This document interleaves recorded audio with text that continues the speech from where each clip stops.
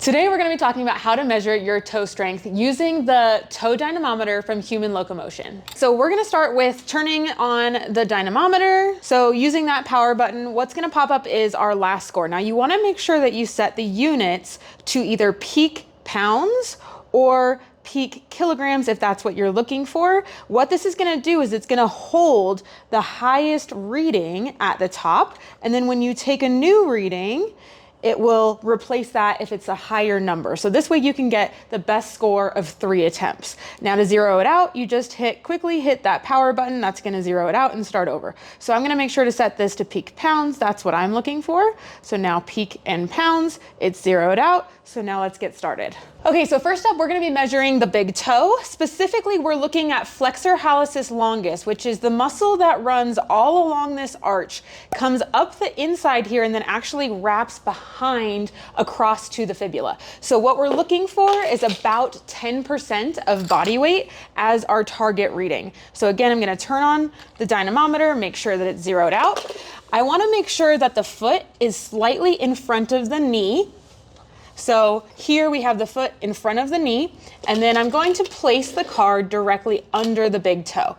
I want you to make sure that you keep your heel on the ground, that we keep the ball of the foot on the ground, and then you're gonna press through your big toe. I like to put my fingers right behind the heel, not to hold them down, but to feel if they start to lift that up, because oftentimes people will lift up the heel in order to try to recruit the calf. So what I'm looking for is keeping that heel down. I'm keeping my fingers there just to feel that.